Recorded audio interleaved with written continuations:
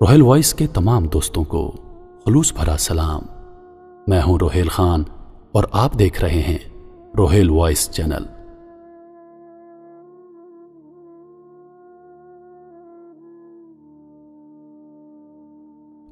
حضرت عبداللہ اندلسی رحمۃ اللہ علیہ بہت بڑے بزرگ، زاہد عابد اور عارف باللہ کے علاوہ حدیث و تفسیر میں بھی ایک مایہ ناز جلیل القدر امام اور مفسر محدث تھے۔ کہا جاتا ہے کہ آپ کو 30,000 حدیثیں زبانی یاد تھیں۔ قرآن مجید کو تمام روایات میں پڑھتے تھے۔ ایک مرتبہ آپ نے سفر کا ارادہ کیا۔ آپ کے مریدین کی جماعت میں سے بہت سے مرید بھی آپ کے ساتھ چلنے لگے، جن میں سے ایک حضرت شبلی رحمۃ اللہ علیہ بھی تھے۔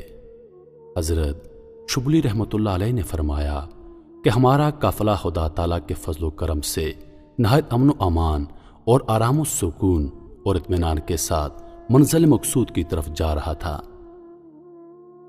ہمارا گزر عیسائیوں کی ایک بستی سے ہوا۔ نماز کا وقت ہو چکا تھا، لیکن پانی کے نہ ہونے کی وجہ سے ہم اب تک نماز ادا نہیں کر سکے تھے۔ ہم نے بستی میں پہنچ کر پانی تلاش کیا۔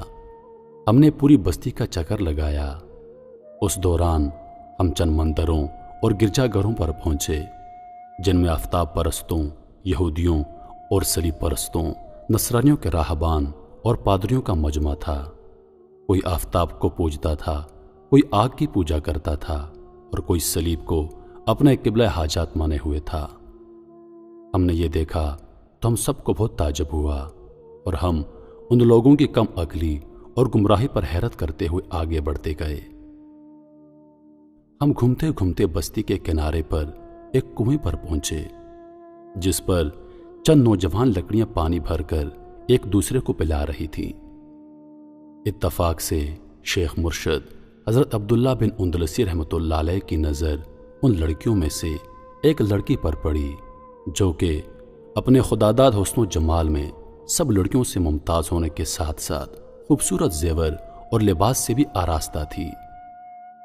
شیخ کی آنکھیں اس کی آنکھوں کے ساتھ چار ہوتے ہی حالت بدلنے لگی۔ شیخ صاحب نے وہاں موجود لڑکیوں سے مخاطب ہو کر کہنے لگے، یہ کس کی لڑکی ہے؟ لڑکیوں نے جواب دیا کہ یہ اس بستی کے سردار کی لڑکی ہے۔ شیخ نے کہا، پھر اس کے باپ نے اس کو اتنا ذلیل کیوں بنا رکھا ہے کہ کنویں سے خود ہی پانی بھرتی ہے؟ کیا اس کا باپ اس کے لیے کوئی نوکر نہیں رکھ سکتا جو اس لڑکی کی خدمت کرے؟ لڑکیوں نے کہا، کیوں نہیں، مگر اس کا باپ ایک نہایت عقیل اور سمجھدار آدمی ہے۔ اس کا مقصد یہ ہے کہ یہ لڑکی اپنے باپ کے مال پر تکبر کرتے ہوئے کہیں اپنے فطری اخلاق خراب نہ کر بیٹھے اور نکاح کے بعد شوہر کے ہاں جا کر اس کی خدمت میں کوئی کسر نہ چھوڑ دے۔ حضرت شبلی رحمۃ اللہ علیہ فرماتے ہیں کہ شیخ عبداللہ اندلسی رحمۃ اللہ علیہ اس کے بعد سر جھکا کر بیٹھ گئے اور پورے 3 دن تک اسی طرح گزرے، نہ کچھ کھاتے، نہ پیتے اور نہ کسی سے بات وغیرہ کرتے۔ اسی حالت میں 3 دن گزر گئے۔ البتہ جب نماز کا وقت آتا تو نماز ادا کرتے۔ مریدین کی کثیر تعداد شیخ کے ساتھ تھی، لیکن سب سخت پریشانی میں تھے، کوئی تدبیر نہیں آتی تھی۔ حضرت شبلی رحمۃ اللہ علیہ فرماتے ہیں کہ تیسرے دن یہ حالت دیکھ کر میں نے آگے قدم بڑھایا، تعجب اور پریشانی میں کہا کہ شیخ صاحب کچھ تو فرمائیے کہ آخر وجہ کیا ہے؟ شیخ نے قوم کی طرف متوجہ ہو کر فرمایا، میرے عزیز ہو، میں اپنی حالت تم سے کب تک چھپا سکوں گا؟ پرسوں میں نے جس لڑکی کو دیکھا ہے اس کی محبت مجھ پر اتنی غالب ہو چکی ہے کہ میرے تمام اعضاء اور روح پر اس کا تسلط ہے۔ اب یہ ناممکن ہے کہ میں اس سرزمین کو چھوڑ سکوں۔ حضرت شبلی رحمۃ اللہ علیہ نے فرمایا، اے میرے آقا، آپ اہل عراق کے پیر و مرشد ہیں اور علم و فضل اور زاہد و عبادت میں شہرۂ آفاق ہیں۔ آپ کے مریدین کی تعداد اس وقت 12,000 ہو چکی ہے۔ قرآن مجید کے طفیل سے ہمیں اور ان سب کو رسوا نہ کیجیے۔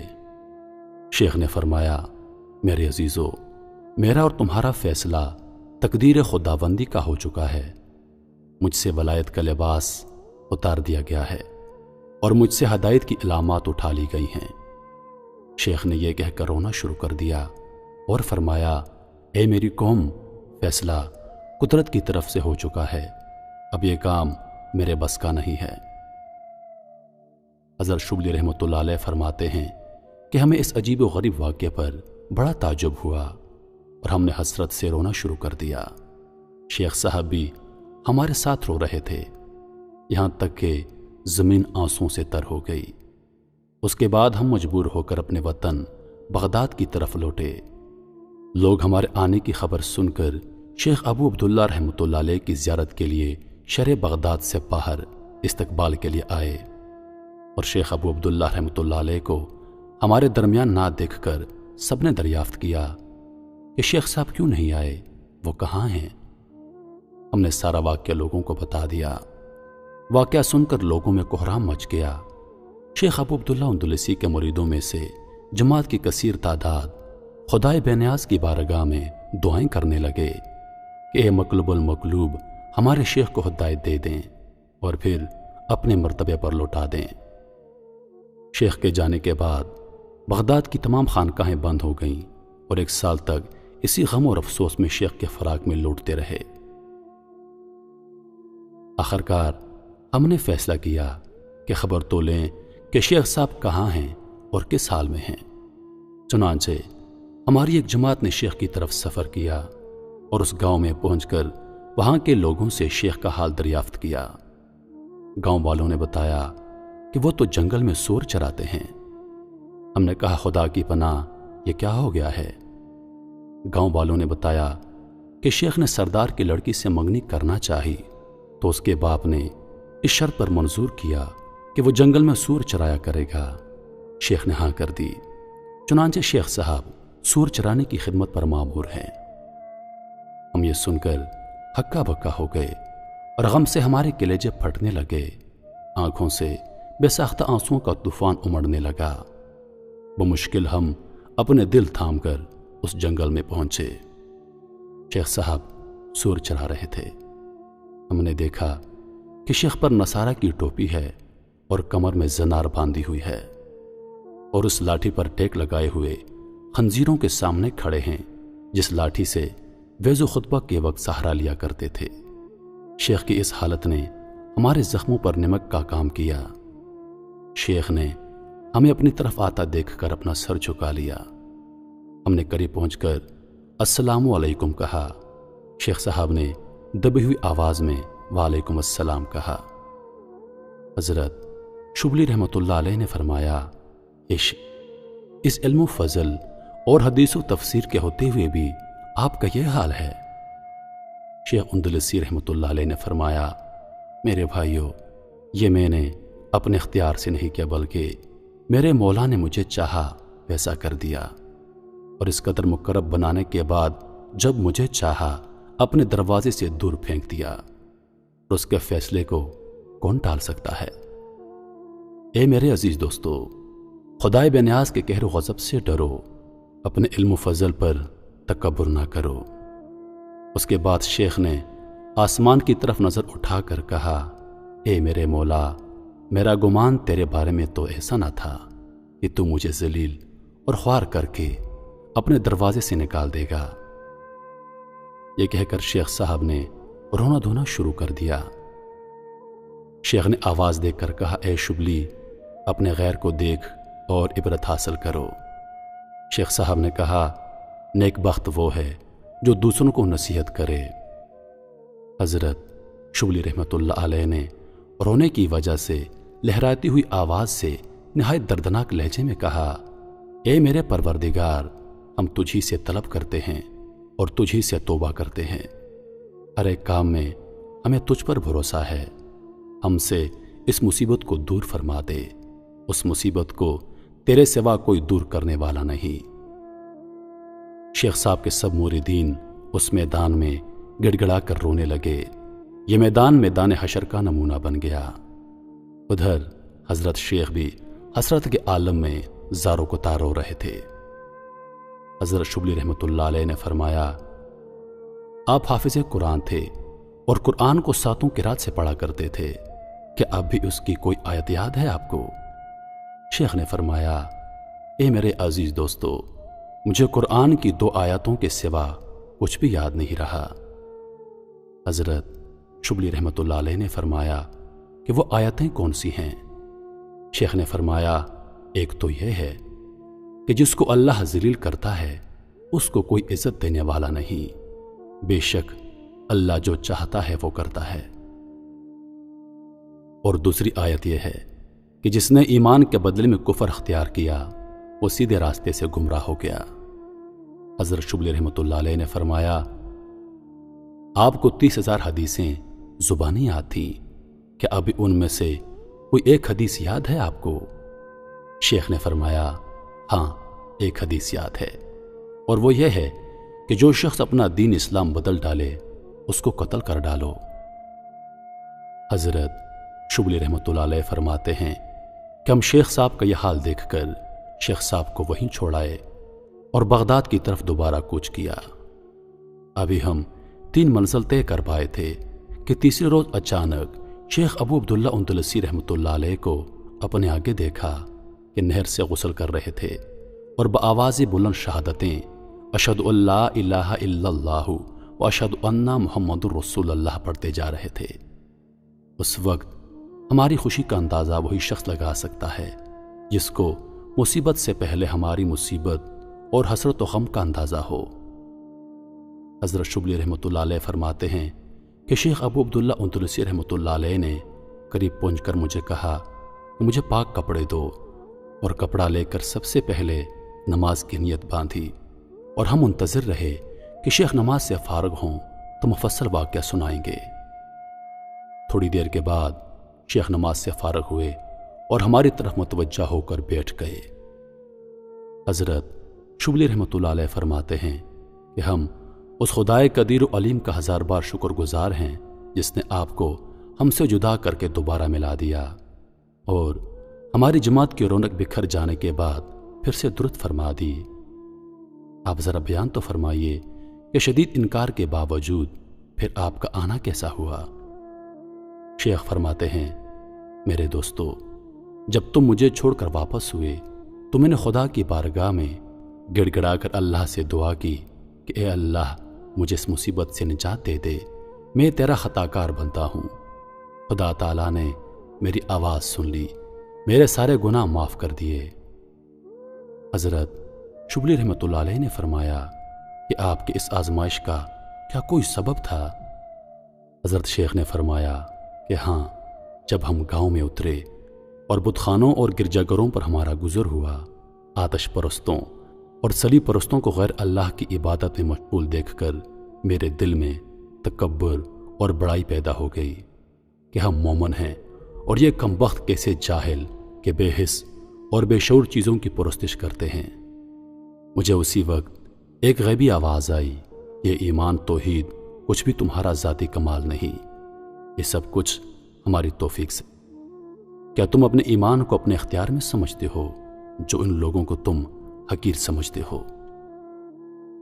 اور اگر تم چاہو تو ہم تمہیں ابھی بتلا دیں۔ مجھے اسی وقت یہ احساس ہوا کہ گویا ایک پرندہ میرے قلب سے نکل کر اڑ گیا جو در حقیقت میرا ایمان تھا۔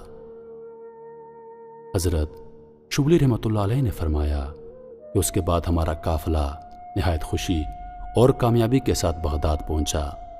سب مریدین شیخ کی زیارت اور ان کے دوبارہ قبول اسلام سے خوشیاں منا رہے تھے۔ گاہیں اور حجرے کھول دیے گئے۔ بادشاہ وقت شیخ کی زیارت کے لیے حاضر ہوا اور کچھ ہدیہ پیش کیا۔ شیخ پھر اپنے قدیم شغل میں مشغول ہو گئے اور وہی حدیث و تفصیل، فیض و تذکیر، تعلیم و تربیت کا دور شروع ہو گیا۔ خداوند عالم نے شیخ کو بھلایا ہوا علم پھر عطا فرما دیا، بلکہ اب نسبتاً پہلے سے ہر علم اور فن میں ترقی عطا ہوئی۔ مریدین کی تعداد 40,000 ہو گئی اور اسی حالت میں ایک مدت گزر گئی۔ ایک روز ہم سب صبح کی نماز پڑھ کر شیخ کی خدمت میں بیٹھے ہوئے تھے کہ اچانک کسی آدمی نے حجرے کا دروازہ کھٹکھٹایا۔ میں دروازے پر گیا تو دیکھا ایک شخص سیاہ کپڑوں میں لپٹا ہوا کھڑا تھا۔ حضرت شبلی رحمۃ اللہ علیہ نے فرمایا کہ میں نے پوچھا آپ کون ہیں، کہاں سے آئے ہیں اور کیا مقصد ہے؟ آنے والے نے کہا اپنے شیخ ابو عبداللہ اندلسی رحمۃ اللہ علیہ سے کہہ دو کہ وہ لڑکی جس کو آپ فلاں گاؤں میں چھوڑ کر آئے تھے آپ کی خدمت کے لیے حاضر ہے۔ سچ ہے جب کوئی خدا تعالیٰ کا ہو جاتا ہے تو سارا جہان اس کا ہو جاتا ہے، اور جو اللہ سے منہ موڑ لیتا ہے تو ہر چیز اس سے منہ موڑ لیتی ہے۔ حضرت شبلی رحمۃ اللہ علیہ فرماتے ہیں کہ میں شیخ کے پاس گیا اور واقعہ بیان کیا۔ شیخ سنتے ہی زرد ہو گئے اور خوف سے کانپنے لگے۔ اس کے بعد اس لڑکی کو اندر آنے کی اجازت دی گئی۔ لڑکی شیخ کو دیکھتے ہی زارو کتار رونے لگی۔ شدت غم دم لینے کی اجازت نہیں دیتا تھا کہ کچھ کلام کرے۔ شیخ نے لڑکی سے مخاطب ہو کر فرمایا تمہارا یہاں آنا کیسا ہوا اور یہاں تک تمہیں کس نے پہنچایا؟ لڑکی نے کہا اے میرے سردار، جب آپ ہمارے گاؤں سے رخصت ہوئے تو میری بے چینی اور بے قراری جس حد تک پہنچی اس کو میرا دل ہی جانتا ہے۔ نہ بھوک رہی، نہ پیاس اور نہ نیند رہی۔ میں رات بھر اسی اضطراب میں رہ کر صبح کے قرب ذرا لیٹ گئی تھی۔ اسی وقت مجھ پر نیند غالب آ گئی۔ اسی حالت میں ایک شخص کو دیکھا جو کہہ رہا تھا کہ اگر تو مومنات میں داخل ہونا چاہتی ہے تو بتوں کی عبادت چھوڑ دے اور شیخ کی اطاعت کر دے، اپنے دین سے توبہ کر کے شیخ کے دین میں داخل ہو جا۔ لڑکی کہتی ہے کہ میں نے اسی حالت میں اس شخص کو مخاطب ہو کر کہا شیخ کا دین کیا ہے؟ تو اس نے بتایا کہ اس کا دین دین اسلام ہے۔ میں نے کہا اسلام کیا چیز ہے؟ اس نے کہا کہ اس بات کی دل اور زبان سے گواہی دینا کہ خدا تعالیٰ کے سوا کوئی معبود نہیں اور محمد صلی اللہ علیہ وآلہ وسلم اللہ کے برحق رسول اور پیغمبر ہیں۔ میں نے کہا تو ٹھیک ہے، میں شیخ کے پاس کس طرح پہنچ سکتی ہوں؟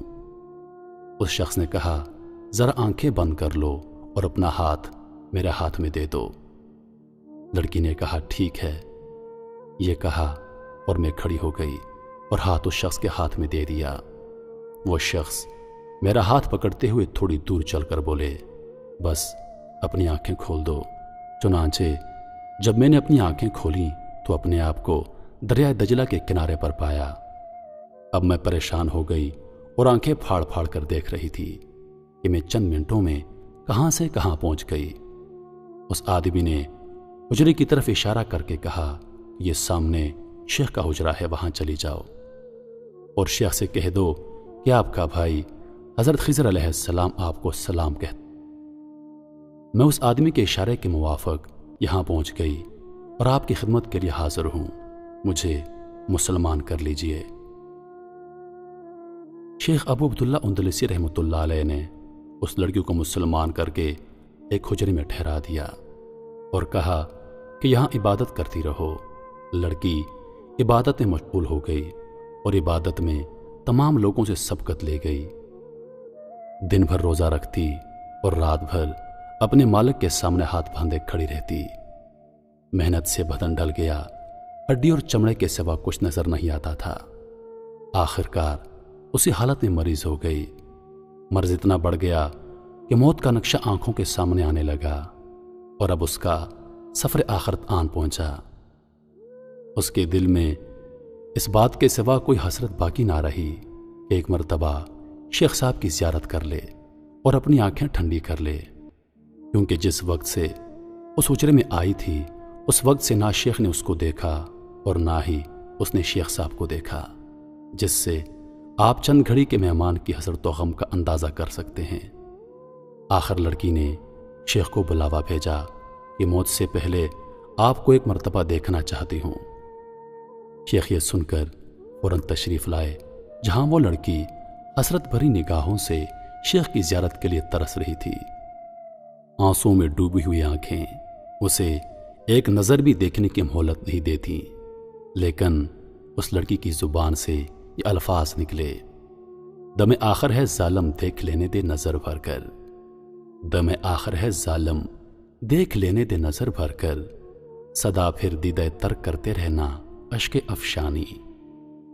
آخرکار شیخ صاحب آ گئے تو لڑکی نے لڑکھڑاتی ہوئی زبان اور بیٹھی آواز سے اتنا کہا، السلام علیکم ورحمۃ اللہ وبرکاتہ۔ شیخ نے شفقت آمیز آواز سے سلام کا جواب دینے کے بعد فرمایا، تم گھبراؤ نہیں، انشاءاللہ ان قریب ہماری ملاقات جنت میں ہونے والی ہے۔ لڑکی شیخ کے کلمات سے متاثر ہو گئی اور اب خاموشی اور سکوت صبح قیامت سے پہلے نہ ٹوٹے گی۔ اس خاموشی پر کچھ دیر نہیں گزری تھی کہ مسافر آخرت نے اس دار فانی کو بات کہا، انا للہ و انا الیہ راجعون۔ شیخ صاحب اس لڑکی کی وفات پر غمزدہ ہوئے، مگر شیخ کی حیات بھی دنیا میں چند روز سے زیادہ نہ رہی۔ حضرت شبلی رحمۃ اللہ علیہ فرماتے ہیں کہ چند ہی روز کے بعد شیخ صاحب اس عالم فانی سے رخصت ہوئے۔ کچھ دنوں کے بعد میں نے شیخ صاحب کو خواب میں دیکھا کہ جنت کے ایک پرفضا مقام پر مقیم ہیں اور 70 حوروں سے آپ کا نکاح ہوا ہے، جن میں پہلی وہ عورت ہے جس کے ساتھ دنیا میں نکاح ہوا۔ وہ عورت یہی لڑکی تھی۔ میرے محترم عزیز دوستو، معلوم ہوا کہ بے شک یہ تکبر ایسی بری بلا ہے کہ ایک شیخ صاحب کو بھی کہاں سے کہاں تک پہنچا دیا۔ اللہ تعالی ہمیں اپنے فضل و کرم سے تکبر سے بچائے، آمین یا رب العالمین۔ میں امید کرتا ہوں کہ ویڈیو آپ دوستوں کو پسند آئی ہوگی۔ ویڈیو پسند آ جائے تو لائک اور شیئر ضرور کر دیجیے گا، اور نئی آنے والی ویڈیوز کے لیے ہمارے چینل کو سبسکرائب کر دیں اور ساتھ میں موجود گھنٹی کے بٹن کو ضرور دبائیں تاکہ ہماری ہر نئی آنے والی ویڈیو سب سے پہلے آپ تک پہنچے۔ مجھے دیجیے اجازت، زندگی رہی تو اگلی بار ایک اور ویڈیو لے کر آپ کی خدمت میں حاضر ہوں گا۔ تب تک کے لیے خدا حافظ۔ اللہ پاک آپ سب کا حافظ و نگہبان۔ ہنستے رہیے اور ہمیشہ مسکراتے رہیے۔